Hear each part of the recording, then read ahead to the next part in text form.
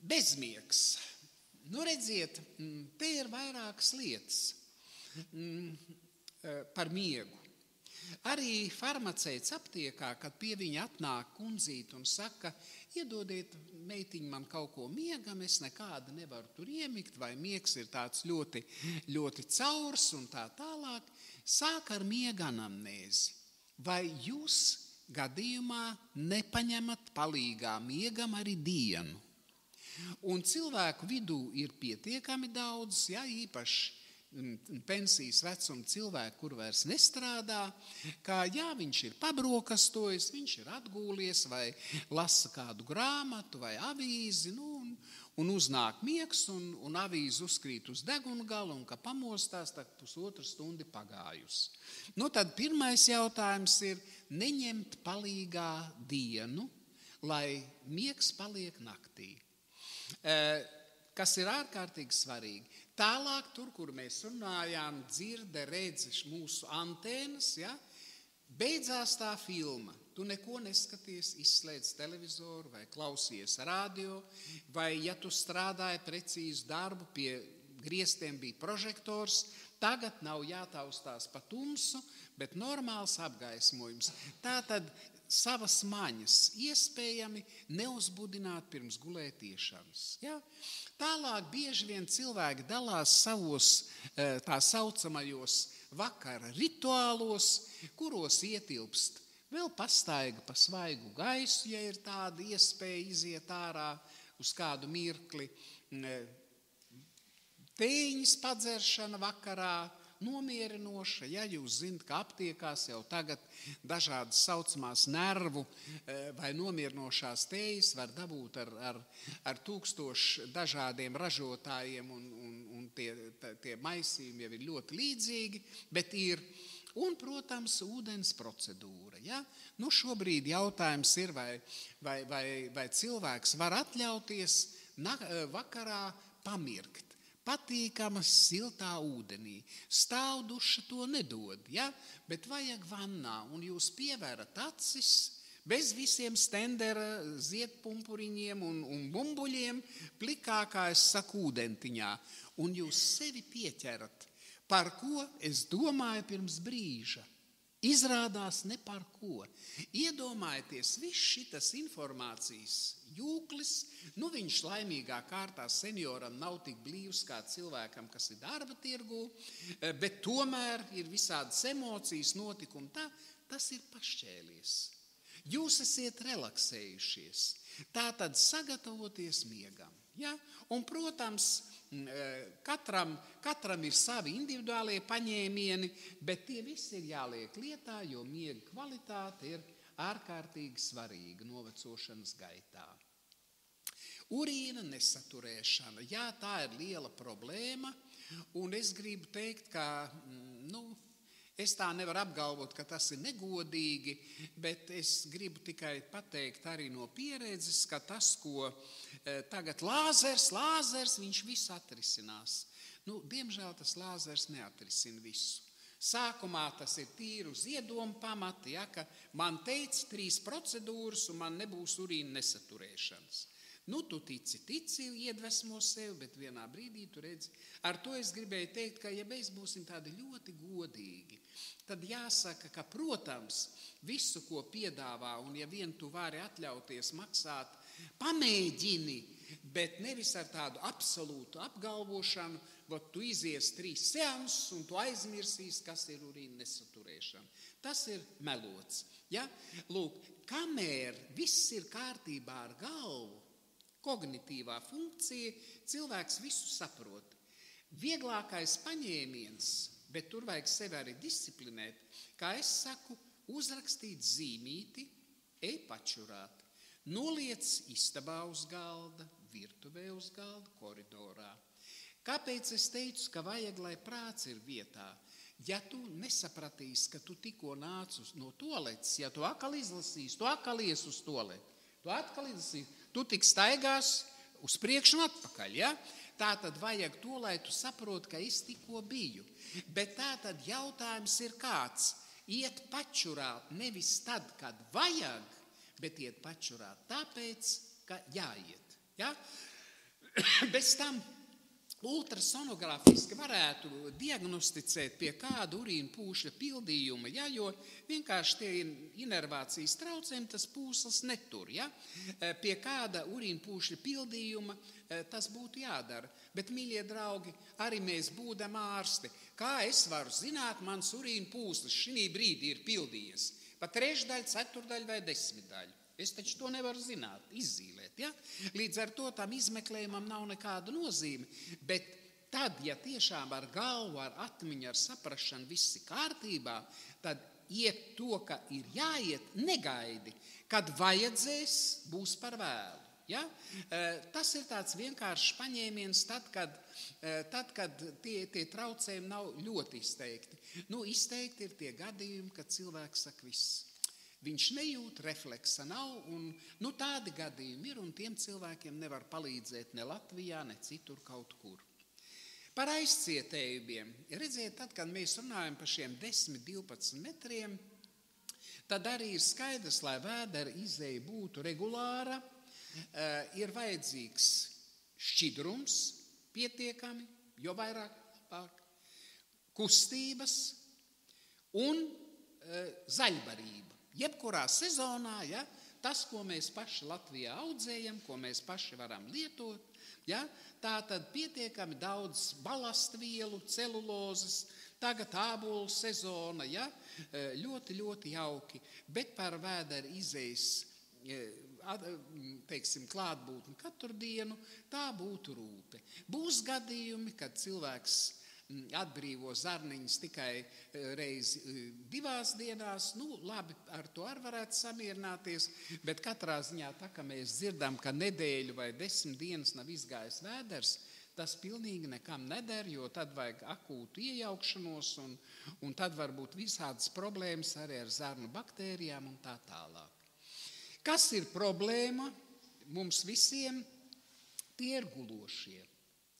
Tā tad, diemžēl, būs cilvēki, kuri vai kustību dēļ, vai pēc insulta nevarēs nekādi piecelties kājās, staigāt ne ar staigulīšiem, ne ar kādām citām balstiekārtām, kas ir guloši. Un guloši cilvēku aprūpe ir finansiāli ļoti ietilpīga, ja, jo es nepateikšu tagad pēdējo mēnešu cenas, bet tā saucamā funkcionālā gulta, kas ļāva labi pozicionēt cilvēku, lai nav izgulējumi, ja? Jo izgulējumi vecāku gadagājumu cilvēkam ir faktiski nāves zvans. Ja? Viens izgulējums, tad nākošais, tad līdz kaulam, tad infekcija cauri. Bet viena tāda funkcionālā gulta maksā apmēram 10 000 eiro. Ja? Tālāk tie, kas šādas funkcionālās gultas iznomā, viņi arī zina, ka tas ir ļoti pieprasīts rīks, un tiem arī tās cenas ir pietiekami astronomiskas. Ja? Es neesmu bijis Madlienas pansionātā, savā laikā teica, pa Eiropas naudām visas 36 gultas ir funkcionālās. Ja? Bet tas ir tāds rets gadījums, ko es arī varu tikai atstāstīt, jo man to stāstīja, ka tas tā ir. Ja? Protams, ar gulošu cilvēku aprūpi, izgulējumu profilaksi, ar urinācijām, ar vēdera izejām, ar barošanu, tas viss apaug ar lielu, lielu problēmu loku. Gribu teikt, ka nesenā pagātnē vecumu nosauca kā diagnozi, kā slimību. Patreiz tajā slimību klasifikācijā, kas ir šobrīd, vecums nav diagnoze, un es gribētu teikt, vismaz no savām pozīcijām, es to noteikti neatbalstītu. Ja? Jo viedokļi ir dažādi, daži domā, ka vajadzētu pie vecuma kā pie diagnozes atgriezties, lielākā daļa domā par to, ka vecums nav diagnoze, jo, mīļie draugi, cilvēka attīstības 3 posmi. Bērnība attīstība, tad stabilitāte, tad novecošana. Ja? Kādā sakarā novecošana būtu diagnoze, vecums? Kāpēc? Ja? Un kā mēs ar jums runājām, par somātiskām slimībām šeit vispār neiet runa, ka tās, kā likums būtu visiem, tie būs atsevišķi konkrēti gadījumi, labi skaitā lieli, bet tie būs atsevišķi un konkrēti. Tātad vecums kā diagnoze šodien pie diagnozēm nav pieskaitāms. Nu, lūk, tagad mazliet par to, kas sakrīt tieši ar vecuma diagnostiku, ar vecuma šo definīciju. Tātad, kas mainās cilvēka saprašanā par to, kas viņš ir, kur viņš ir, kas apkārt par viņu, nu tā, lai viņš varētu tā daudz maz objektīvi izvērtēt to, kur viņš ir un kas viņš ir un kāda ir tā situācija. Redziet, tie vieglākie gadījumi ir tādi, ka novecošanas gaitā personība var mainīties.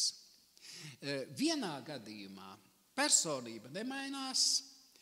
Mēs šo cilvēku zinām jau 50 vai vairāk gadu, un kāds viņš bija, tāds viņš palika arī novecošanas gaitā. Nākamais variants ir, ka mēs šo cilvēku pazinām kā ļoti atvērtu, ļoti emocionālu, empātisku, atbalstošu, un novecošanas gaitā viņš kaut kā nocietinas. Un pietiekami izteikti, jo tuvākie nesaprašanā viņš taču tāds nekad nebija. Ja? Un pilnīgi pretēji, kā cilvēks, kurš savā dzīvē ir bijis tāds kā dzelzbetona staps, un tuvinieki pat ir runājuši, nevar saprast, vai viņam vispār ir emocijas. Novecošanas gaitā viņš kļūst ļoti emocionāls, atvērts, empatisks, sirsnīgs. Tātad tās būtu tādas vieglas izmaiņas, kuras novecošanas gaitā varētu būt. Bet izmaiņas var būt arī nopietnākas, jo, ja novecojot, reducējas kritiskās domāšanas slānis. Kritiskā domāšana tā tad ir tā, ka mēs saprotam sevi, saprotam pasauli, saprotam notikumus, saprotam sevi notikumos un tā tālāk. Ja kritiskās domāšanas slānis reducējas, daba nemīl tukšumu, un kaut kas stājas tā vietā.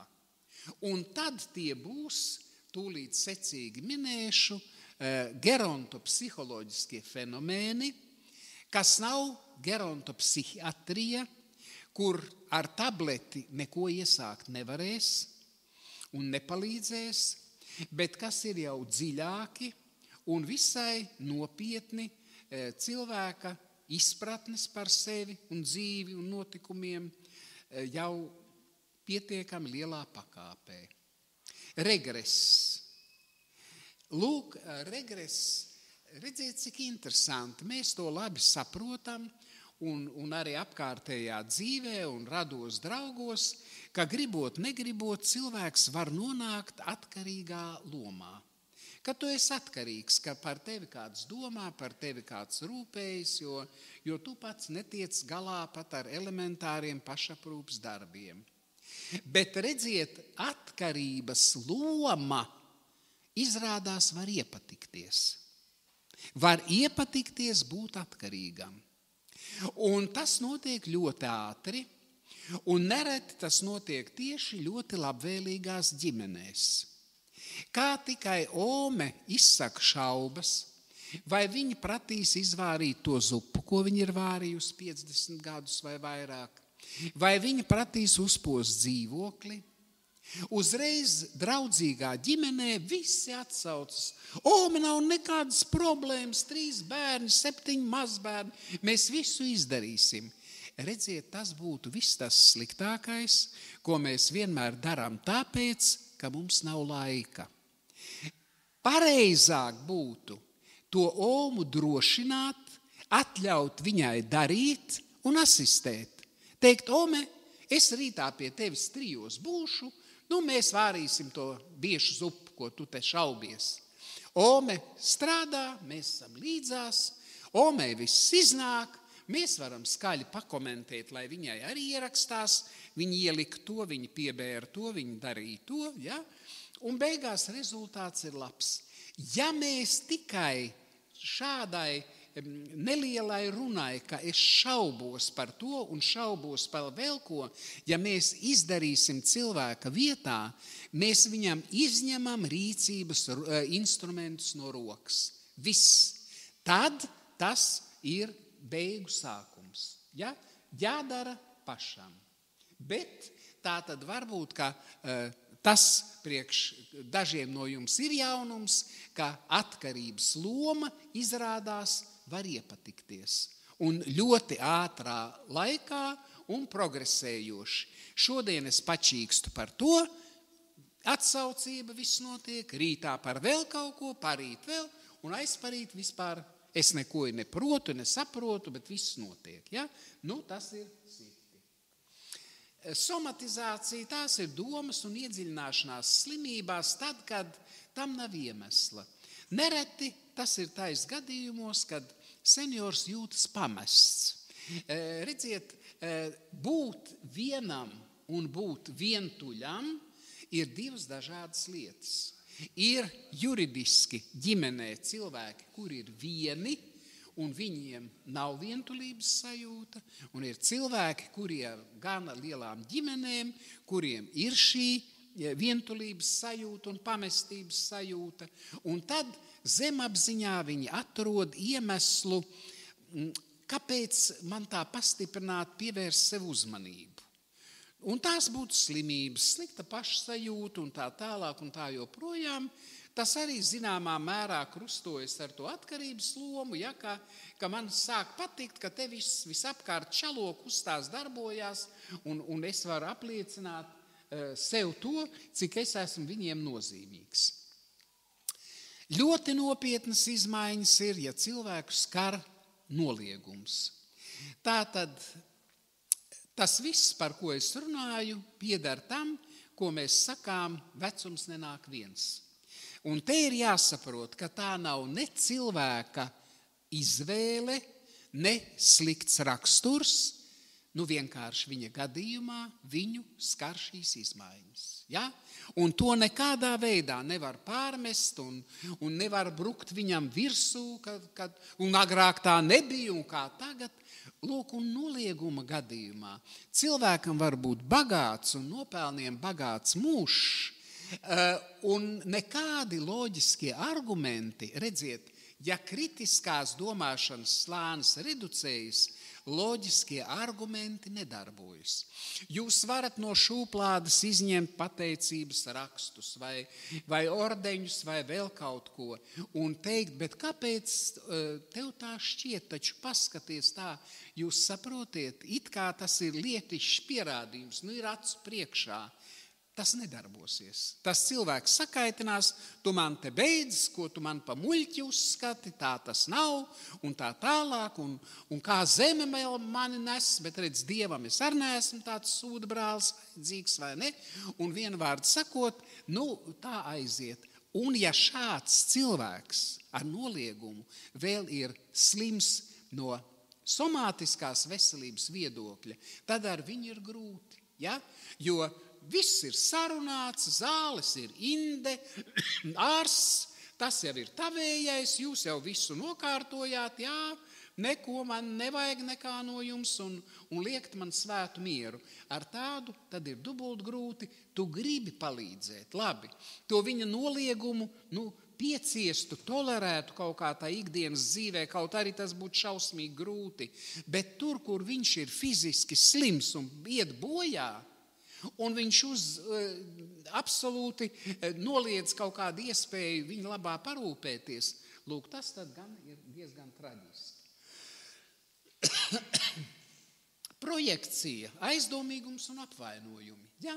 Jau manis iesāktais, ko es teicu, ja, ka viss, ko kāds dara, tas ir ar sliktu nolūku, ja? Un kādreiz, kad es arī esmu runājis ar slimām vientuļām kundzītēm, un es saku, bet kāpēc, jums grūti ir, un jūs esat viena, juridiski viena, radiņu nav, kāpēc jūs neatbalstiet, nāktu sociālais aprūpētājs pie jums, tie visi ir zagļi, es negribu tai tantītei teikt, mammiņa mīļā, jums tā vienīgā manta ir halātiņš uz trešo pusi pagriezs. Kāda tad Tutanhamona bagātība šeit? Ko jūs baidāties? Ja?